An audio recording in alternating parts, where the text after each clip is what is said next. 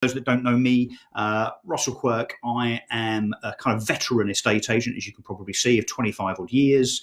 Been around the block a little bit, which hopefully qualifies me somewhat to be talking about what I'm going to talk about in a second, which is about the state of the market now, and I guess more importantly, the market after coronavirus, or when the bulk of the crisis is behind us.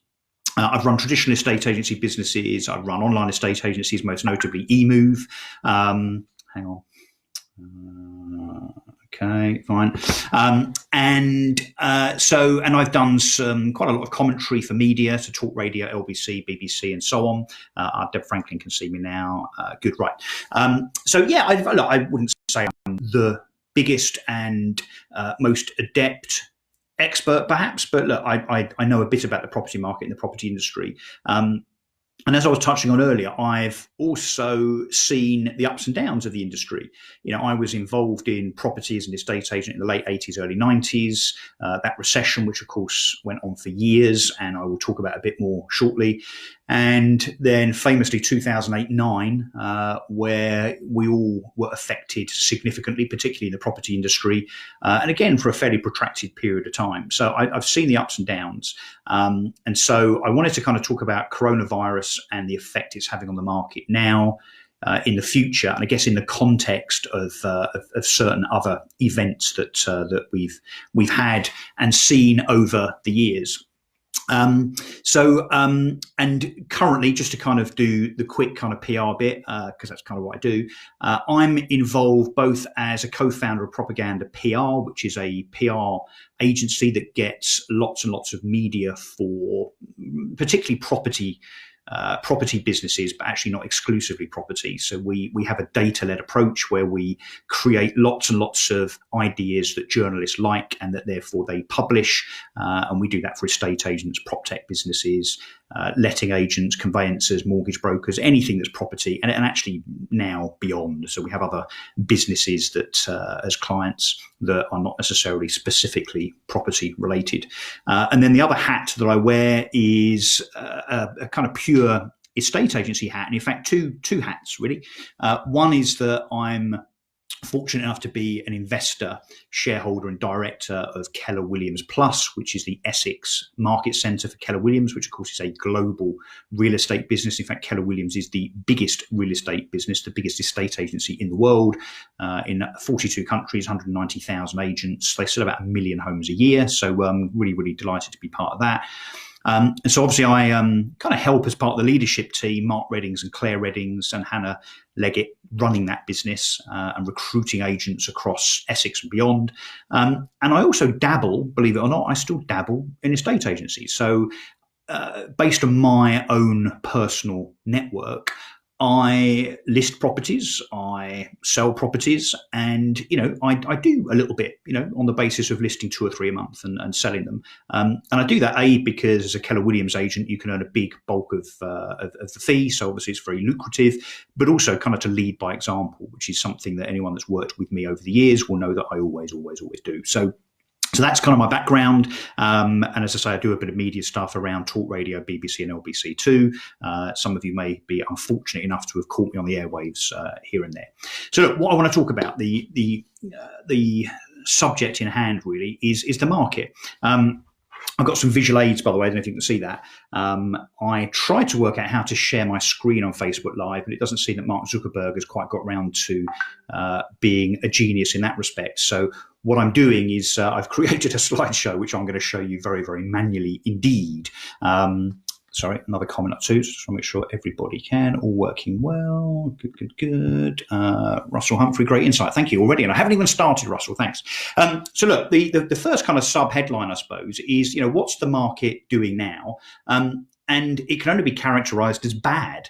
Obviously, we as estate agents, the whole industry is furloughed. We're none of us doing anything. We're not allowed to do anything. We can't visit homes. We can't list. We can't arrange viewings. We can't accompany viewings. We can't encourage anybody to have viewings, of course, because of social distancing guidelines and so on. So the market is kind of, and the estate agency industry is pretty much suspended. We're starting to see some data from 1 or 2 sources, which I'll show you here in a sec, which highlights the state of the market.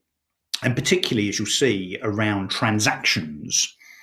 So first of all, we've had some insight from Zoopla. Zoopla very recently have said that they think transactions since just before lockdown, I guess, where negative sentiment really started to bite insofar as the property market, but particularly during lockdown, of course, which we're now 3 weeks into, they say that transactions are down about 70%.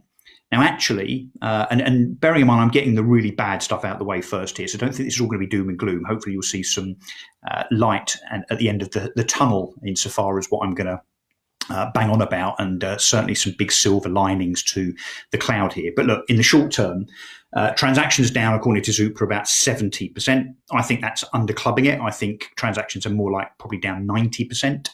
There's a lot that has been said for all the right reasons, really, insofar as trying to get vendors to do their own video tours and to try and encourage people to use those video tours by looking remotely online with a view then to making offers and buying properties. I think we all know that that is pretty unlikely to hook a buyer that stays the course. Every buyer, with very, very few exceptions, is going to want to physically see the property. And I think it's worthy, frankly, that agents are trying to be innovative. They're trying to use technology. They're trying to use their brains, really, insofar as trying to encourage buyers to show some interest in properties, albeit digitally and virtually. But I think that interest in the first instance, even if you get an offer accepted, I've personally, by the way, over the last few days, I've had offers on properties that I'm showing online, but every single one of those buyers is going to want to see that property before exchange of contracts, as and when that is.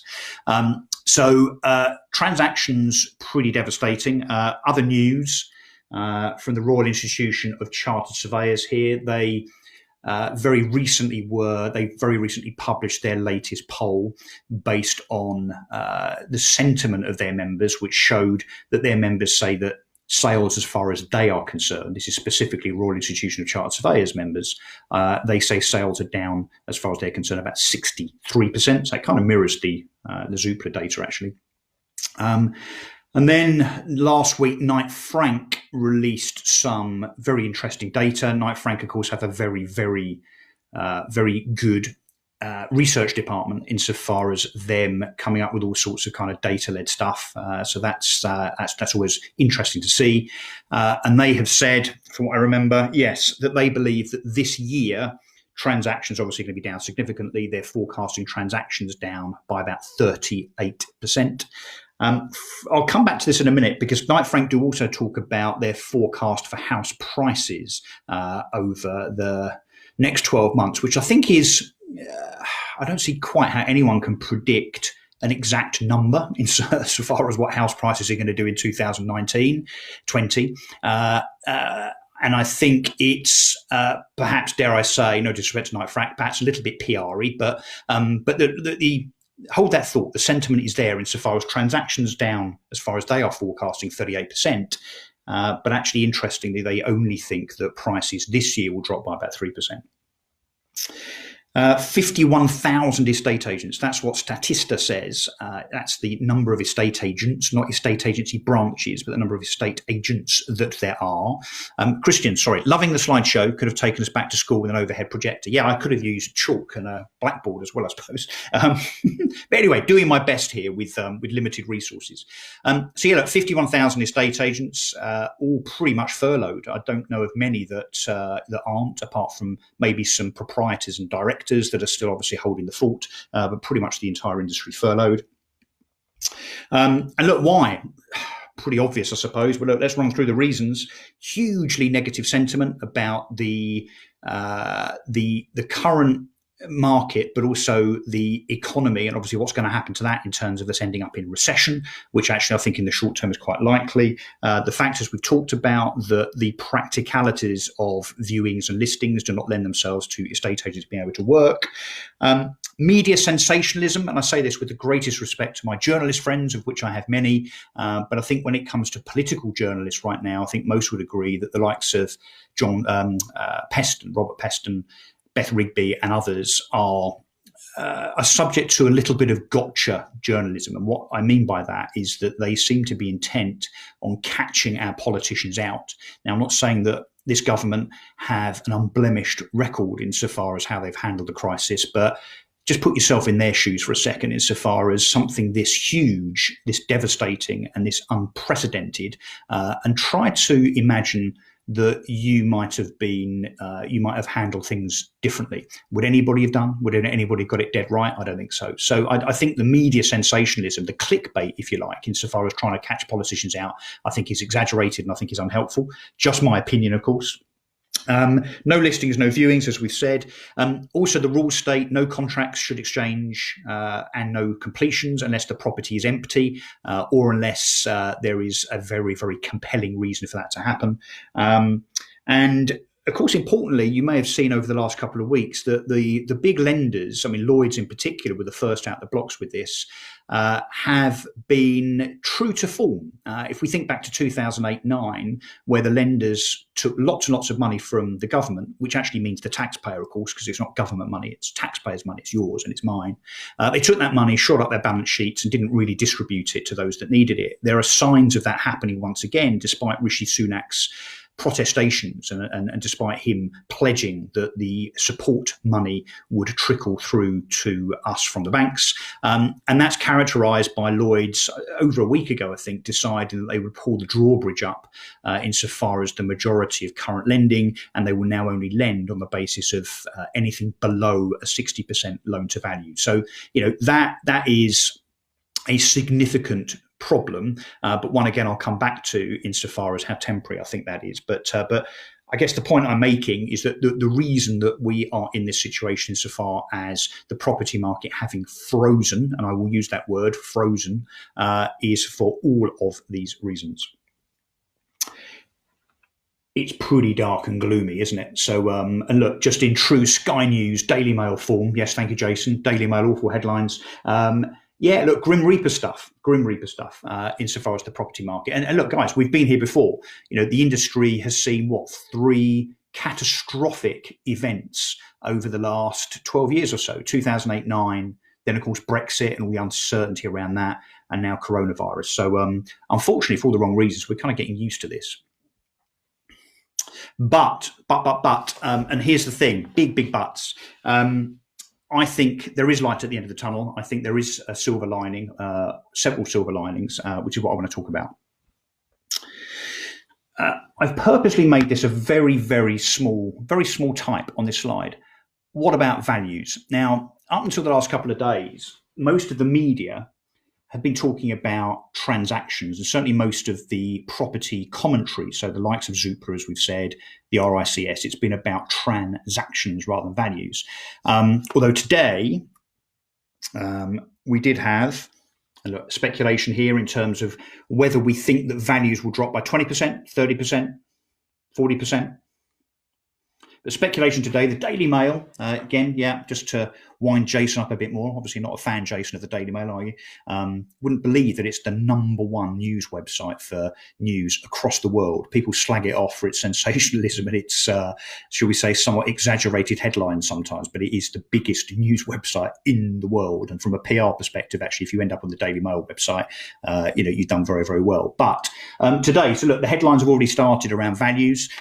We have a kind of obscure think tank called CRBE, I think it is, not to be confused with CBRE, but a think tank that has forecast that house prices will drop by 16.5% this year. Now, bearing in mind we are 4.5 months into this year, so what they're saying is that in the next 7.5 months we will see a fall of 16.5%. Now, what I want to kind of contend, and this is just my opinion, is that is absolute rubbish. It's simply not going to happen. I think it's a very nice and very catchy headline, and I think it's great.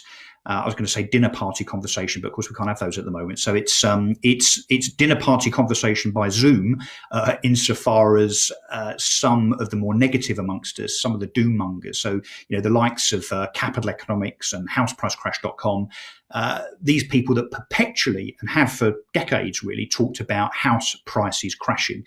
And of course, coronavirus is a really wonderful, inverted commas, really wonderful opportunity for people to prophesize that house prices are going to drop by 30, 40, 50%. And I simply just don't think it's true. It's just simply not going to happen. My next slide. When we talk about house prices, we also need to think about timeline. So are house prices dropping even an issue for those that have got no intention of moving? Are house prices dropping surely only a benefit to those people that have got a house now worth 100,000 that are going to move to a house of 200,000? If house prices drop by 50%, they won't. But if house prices drop by 50%, actually the gap between those two properties actually shrinks. So that becomes a benefit. So anybody there that is worried about house prices dropping, that also already owns a property, actually, if there was a catastrophic drop in house prices, it would actually benefit you. And certainly, for those watching that are first-time buyers, it would certainly benefit them. But unfortunately, for those, it's not going to happen, as I'm going to point out. So let's get sensible for a minute. These are the things that affect house prices. Unemployment, which arguably could be catastrophic, although I believe in the short term that's true. Consumer spending and what happens around consumer spending. And I'm talking about here in a post-coronavirus environment. Sentiment. So how do we feel about the economy? How do we feel about, buying things? How do we feel about our financial security as individuals and as families? What are mortgage rates doing? So bearing in mind that the kind of 89-90 recession, which some of you might remember, was characterized by interest rates at 15%. I'll remind you that interest rates today are 0.1%. 0.1%, not 1%, 0.1%, the lowest they have ever been. And anyone that thinks that those interest rates are going up to anything like they were before, even 0.75% in the short term, I think I would disagree with you wholeheartedly. One thing this government is going to have to continue to do is to stimulate the economy and in particular the housing market post-coronavirus, in my view. And mortgage availability, which we've kind of talked about, I think, insofar as the current crop of standard to type lenders, so the Santanders, HSBCs, NatWest, Barclays of this world, putting up the drawbridge. I think very, very quickly, and let's come to the positives here, very, very quickly, those lenders, once they see a slight bit of positivity and optimism in terms of house prices not dropping, they will be back to where they were 2 months ago, which is fighting each other like ferrets in a sack, frankly, trying to take your money from you as a mortgage lender. We'll almost get back to kind of where we were, because there are lots and lots of lenders with lots and lots of money, all trying to lend money, to make money out of the consumer. And I don't see that stopping anytime soon. I'm just going to stop a second, actually, because I've had a number of comments and I don't want to make sure that I'm not ignoring them. So just bear with me a sec if you don't mind. Ian Crampton, surveyors I've spoken to off the record are suggesting prices will soften and mortgage applications will be limited to 75% loan to value deals. So I think, look, that's happened already, as I guess we talked about, but I think that will be a very, very short-term scenario. Christian Byfield, our leader, media are only interested primarily, he'll hate that by the way, media are only interested primarily in boom and bust headlines. Middle roading, it's deemed boring, absolutely right. And dropping values are irrelevant as long as it's not an investment property. Yes, as we talked about. Peter Garland-Collins, my colleague at Keller Williams, government will always need to keep rates low whilst they're borrowing money themselves. Very good point, Peter. And Chris Watkin, wow, we are honoured, Mr. Watkin. There are a few doom-monger economists predicting Armageddon. Yeah, the likes of capital economics, and it's the usual suspects, frankly. Maybe it suits them. Maybe they're retained by the hedge funds that short currencies and stocks. Another big problem actually, insofar as what we've seen in the property industry recently with Countrywide and Purple Bricks, in my view, not having done themselves many favours really insofar as the way they run their businesses, but their share price not helped, not just by perhaps mistakes they've made operationally, but by short sellers just selling the hell out of that stock, which obviously drives it down even further. So Chris says, a few doom-monger economists predicting Armageddon. Yeah, the UK property market is less exposed than it was in the previous 4 historical property crashes. Well, Chris Watkin, you are a very, very wise and wonderful individual, because that's exactly what I'm coming to. And I have to say, Chris, we haven't collaborated on this one, but I'm going to agree with you, and I'm going to agree with you in a second with some data. He also says mortgage interest rates as a percentage of household income was a massive 32% in 1988, 18% in 2008. That's Chris. that's a really good point. We talk about the ratio between house prices and earnings, and how now on average in the UK it's about 8. So on average, a house is about 8 times the average salary, on average, typically. And that is at, I wouldn't say it's an all-time high, because it's not, but it's pretty high. But that doesn't take into account the fact that the majority of people have a mortgage. And of course, affordability is based on the ability to pay back the mortgage repayments. So therefore, if interest rates are 20%, 30%, whatever they are now, of what they were 10 years ago, affordability, therefore, is much, much better, even at that kind of 1-to-8 ratio. Maz, going forward, it will be a buyer's market.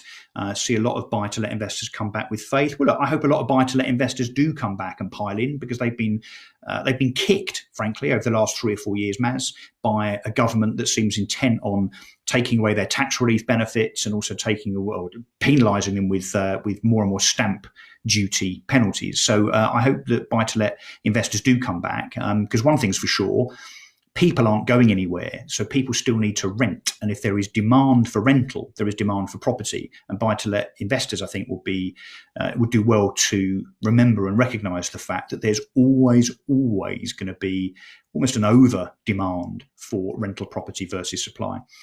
Ian, self-fulfilling prophets will be out in force with regards to trying to talk the market down. Yeah, indeed. Okay, so look, let me kind of carry on with my my supposition. The positives, really. So that's my Alexa going off in the background. My Alexa just said, I'm having difficulty understanding right now. That's really funny. Thanks, Alexa. So yes, mortgage rates, ultra low, going to stay low. Mortgage availability, I think there will be ultimately in the medium term, a war again. And one thing I haven't mentioned insofar as the banks is the challenger banks. I do hope that the likes of Starling, Revolut, Monzo, Tide Bank, the bank that I bank with, mixture of kind of business and consumer banks there, I really hope they get their act together, because if the major banks, the major mortgage lenders, the major business banks really do cock this up and revert to form and do not support consumers and business people, I hope that people in droves move away from Barclays, HSB, NatWest and Lloyds and so on, and go to the challenger banks on the basis that the challenger banks take advantage by giving the consumer not just a better deal, but also better access to money. So better access to mortgages and business loans and overdrafts and consumer loans, car loans, wherever they might be. I think this is a time for disruptors, if you like, which I know some people don't like that name, but disruptors and challengers really to shine here. And I hope that the big banks take note that in 2008-9, they didn't have challenger banks breathing down their necks. In 2020, they do. So my message to NatWest and HSBC, because I'm sure the CEOs are watching this, is to behave yourselves, because otherwise, there's a problem coming for you guys. And the other differences, I think, insofar as the situation we're in here versus, let's say, 2008-9, is that we didn't know when the 2008-9 recession was going to end. Once we start seeing the data insofar as coronavirus, we start seeing the infections and deaths flatten, which it looks like we're already seeing. And then eventually, and it won't be today, and I know we're at the end of the initial lockdown period today, but it's certainly not coming off today. In the next few weeks, when lockdown is reduced and then we start to get back to normal, that will be an instant firing of the starting gun, in my opinion, in terms of that consumer spending. But importantly, with property, Stephen Hayter, as you all know, or most of you know, has done some very interesting research over the last 3 days by way of polls on the state of the market in terms of fall-throughs. And it seems that about 65 to 70% of estate agents that are posting on that poll every week are showing that their fall-throughs at the moment are less than 10%. They're actually far lower than they normally would be as a kind of running average of 30-35%. Now, it remains to be seen what happens to those transactions when we come out of this, and whether a lot of people will start underbidding and foul bidding and messing around and so on. But actually, it looks to me, and certainly from the pipeline that I see at Keller Williams, that the majority of deals that were done 4, 8, 10, 12 weeks ago are still intact. And the majority of those are simply going to progress, exchange and complete once all this is over. So that's why I don't think that we're another reason why we're not going to see a huge drop in values. The other reason, we are a property owning culture. We're aspirational. Our parents and our grandparents have always told us to buy property because it's safe, and that's where the phrase, of course, "safe as houses" comes from. You're not gonna see a reduction in prices in the medium to long term when you've got millions and millions of people with access to cheap money and people wanting to lend it to them, all still fighting to buy their first or even second and third properties. So that's another reason, I think, in terms of culture, why I think we're somewhat protected from the doom mongers who think that property prices are going to drop by 50% or whatever. Let's look at some facts. I like facts. And thank you, by the way, to, I don't know if he's watching, but Dr. Alex Pericli, who's my head of research at Propaganda PR, he put all this together. So if you want to argue with the data, argue with him, but it's very unlikely that he's wrong, frankly. The 1980 recession lasted for 5 quarters. The 1990 recession lasted for 5 quarters. And by complete coincidence, the 2009 recession lasted for 5 quarters. Now, when I say lasted, that's when GDP was negative for 2 consecutive quarters. That doesn't mean that things weren't tough in the few months prior and the few months after.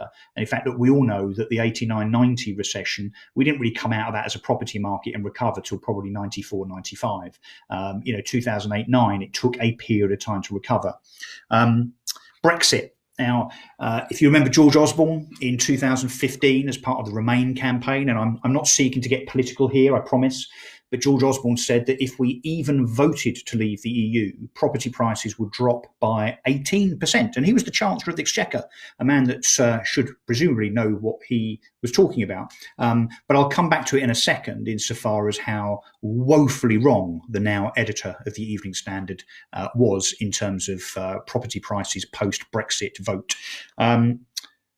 3 years of uncertainty and gloom is what we were prophesised, and actually what happened in terms of sentiment around the whole Brexit situation. It was another really testing time for the property industry, as we won't forget. But here's some interesting stuff, and I think that if there are some doom mongers watching this, you might be surprised really by the numbers that I'm going to show you. The 1980 recession. In the 1980 recession, which lasted for 5 quarters, UK house prices increased by 13%. They increased by 13%. I repeated that on purpose, by the way. And that's for the period 1 month before the recession began compared to a year after it ended. So house prices went up in that recession. In the 1990 recession, the one that lasted the longest, as I've just referenced, the peak to trough, so where prices were going into the recession versus where they ended up sometime later, there was a drop. And I wish I could ask some people to guess here, because a lot of people think that in 89-90, house prices dropped by 30 to 40%. They dropped by 11%. 11%. And that was one of the longest recessions, and certainly one of the longest property recessions that this country has ever seen.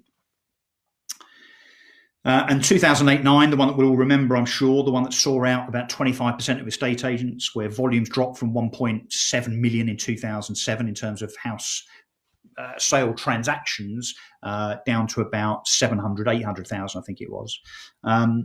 The peak to trough house price drop, and they did drop, was 12%. Many people think it was much more, but it was only 12%.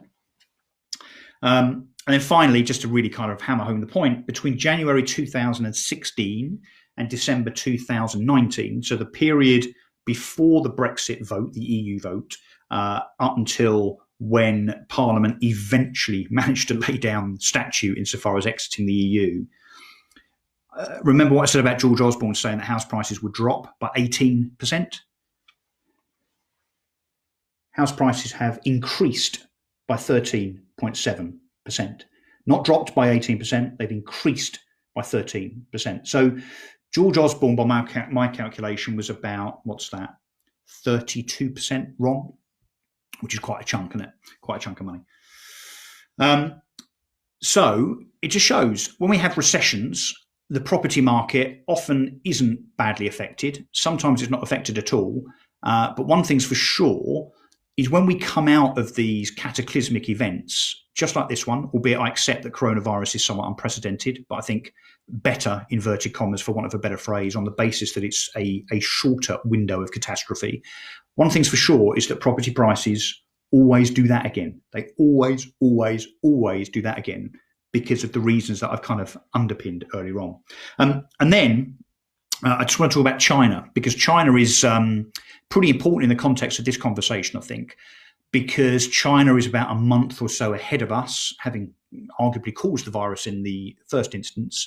The data that Alex Pericli has picked up from multiple sources around the Chinese property market, I think is frankly fascinating. So the low in China, this mirrors kind of where we are in the UK, the low was just 22 sales on a particular date in February the 8th, 2020. China saw just 22 sales on one particular day.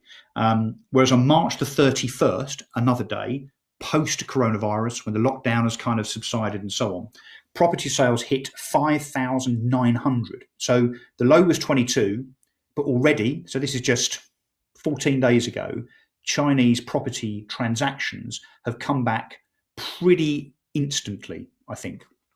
Pretty instantly. And already that 5,976 transactions on that particular day, March the 31st, is higher than their whole December 2019 daily average. Interesting, huh? In 30 major Chinese cities already, 8.6 million square meters of property space has been sold in the last month. In February, it was only 2.3 million. And that is already over the long-term average. So what I'm saying here is that not only has China recovered really quickly from the doldrums of coronavirus and lockdown and so on, but actually they're making up already for the transactions lost by them now going into future months. The district of Wuzhong, which I'm sure I've mispronounced, residential sales worth £136 million were sold in 1 minute online a few days ago. £136 million worth of sales in 1 minute online. 90% of that particular development project in that district sold within an hour just a few days ago. So I guess, again, the point I'm making is that not only does history tell us that property prices don't drop that much in recessions and economic crises, that they recover, but we can look to other countries, and next, of course, will be the likes of Denmark and Austria, who have already eased their lockdown. And it will be very interesting to see what happens to their property markets, again, in terms of transactions and sales and values, rather. So look, some truths. Property prices always recover. Interest rates have never been so low. Pent-up demand. There's definitely pent-up demand. There was pent-up demand from 2017, 18, 19, let alone now. Q1, of course, we all know as agents that Q1 this year started very, very strongly indeed. We're a home-owning culture, which helps us considerably in terms of the fair wind behind us. And other coronavirus crisis-hit countries are already recovering in terms of the market itself. So that's my contention, my whatever that's been. I know we had a full start. Apologies for that. But my kind of 30, 35 minutes there of waffling, I think hopefully is a relatively convincing look at why I think, although there are a lot of doom mongers out there, and we're going to see more negative headlines, a lot more negative headlines, from the tabloids insofar as what property values might do, because some obscure professor from some even more obscure university in some even more obscure country says house prices will drop 99% or, whatever. The truth is, based on history and based on the data here, the truth is somewhat different. Yes, we're seeing a transactional freeze right now. That's absolutely 100% true and correct. Yes, there is huge uncertainty. But I'm a kind of glass half full guy, I suppose. And what I truly believe is that not only will we get through this, but as a consequence of that, and that will be quite quick, that when we do, we start getting back to kind of normality. Because we can't help ourselves but buy things and spend, which then refuels the whole economy. So, questions. Who thinks I'm wrong? Who thinks I'm wrong? Let me just look at some of the last few comments. Jason Cannon saying, yeah, less sales, but less agents too. Unfortunately, I think that's right. I think there will be I hate to use this phrase, but a clear out. I think obviously a lot of agents will fall by the wayside. Remains to be seen whether it's the independents or whether it's the corporates that are greatly affected. I like to think that the independents are much more agile and much more innovative than the big lumbering corporates, who most of you know I don't have a lot of time for. But I think it's going to be very difficult, mentioning no names, for some of those corporates to survive this with their costs and their kind of slow committee-based decision making. Who else? Christian making the point, yeah, many markets are underpinned by the local rental market, preventing values from dropping by more than 20%. Yeah, I agree. And we've kind of touched on that in terms of the fact that there will be buy-to-let investors that still want to buy, and particularly if they think that there are some bargains out there. And the other thing that I guess I haven't mentioned is that, property is not really a tradable commodity. It's not like foreign exchange or gilts or bonds or, the FTSE 250. It's not something that day traders are coming in and out of, really. As a homeowner, you're buying a property hoping it's going to go up in value, but you're buying it for 5 years, 10 years, 15 years, 20 years. So actually, do you know what? Even if I'm completely wrong and house prices drop by 15, 20%, which they won't, but even if they do, it kind of, to 99% of people, it doesn't matter anyway. It just doesn't matter.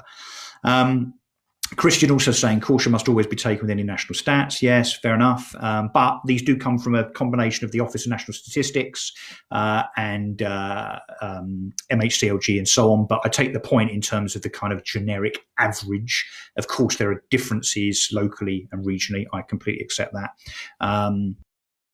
Any crisis is the prelude to an opportunity. There's a Warren Buffett quote, which might seem a bit crass, but where he said, apparently, be fearful when everybody around you is being greedy, but be greedy when everybody around you is being fearful. Think about that for a sec. I think that's, I know it might sound a bit insensitive, but kind of true, really. So Jason says, you're leading with facts versus speculation. Yeah, I'm sorry I do that. Data. It's a horribly inconvenient thing for some people. Russell Humphrey, hello mate, thanks, agree with your points, thank you. And I guess, look, shall I just be devil's advocate for a second? Most of us on this are agents. We're estate agents that, of course, are going to be biased. I get that. But I guess my counter, apart from the data, is that we have to be optimistic about this. Not only does history tell us that this is going to be okay in the medium to long term, but if estate agents have got their heads in their hands, if they are all doom and gloom, if they're conveying negativity to their staff and to customers and so on, God help us. So please do take some morsels of positivity. As a consumer, so if you're a home seller or a home buyer watching this, or indeed as an agent, do take some positivity and some optimism from this, please. Deb Franklin says, I think good local independent agents will prosper through this. Yeah, I think so. I promised Christian that I wouldn't go on a rant about specific individual businesses. I'm not going to do that. But as I say, I think it'd be very interesting to see the shape of some of the big, well-known corporate businesses at the end of this. I actually hope that this is a wake-up call to some of them, that they'll pivot and change their models somewhat. Chris Watkins says, let's not forget 2/3 of buy-to-let properties are bought without a mortgage. Yeah, that is true. That is true. Many of them are. Of course, the majority of residential properties are bought. Certainly bought with a mortgage, albeit that obviously there's about £1 trillion worth of property wealth in the UK that is unencumbered on the basis that, I guess, look, at the end of your 20-25 year period, your mortgage is paid off. Any other questions? Any comments? Morris has just popped up. Great points made based on facts and previous experience. Q2 and Q3 will no doubt see a drop in transactions, but it remains to be seen what effect this will have on prices, but feel more optimistic following your presentation. Well, thank you. I'm here to help. Which I guess, look, if there aren't any other comments to discuss or any disagreements, or in fact, it's great that nobody's disagreeing with me, especially given that I had a couple of people that I don't know on my Facebook page, my agent Facebook page earlier on, telling me that house prices were going to drop by 20 to 30%. But maybe they tuned into the beginning of this and decided to scurry off after hearing my first kind of 25, 30 minutes of ranting. So yeah, no, it's let's stay positive. Yeah. So look, guess I'm going to exit really, and say thank you on behalf of Agents Here to Help. That was episode 2. I think Ian White's up, isn't he? Or Ian Crampton or somebody's up tomorrow for episode 3. There will be plenty more. Delighted that 100 agents and suppliers have signed up to this, and a brilliant initiative by Christian Byfield and Anna and Carla. Let's keep this going, yeah. And let's if not just for the consumer, insofar as us conveying really good advice and giving people the kind of wisdom and the benefit of our knowledge. Let's do it for ourselves, really. As a conversational forum as agents. I think that's very important, that we all kind of stick together and keep each other sane in this rather weird and challenging time. So look, that's it. I'm going to go over and out, I think. Any comments, any queries, any follow-ups, find me on Twitter. I'm at Russell Quirk, obviously on Facebook here, or my email is russell@russellquirk.co.uk. Thanks for tuning in, I guess. I've just been told Ian Crampton is 11 o'clock tomorrow, so tune in for that too.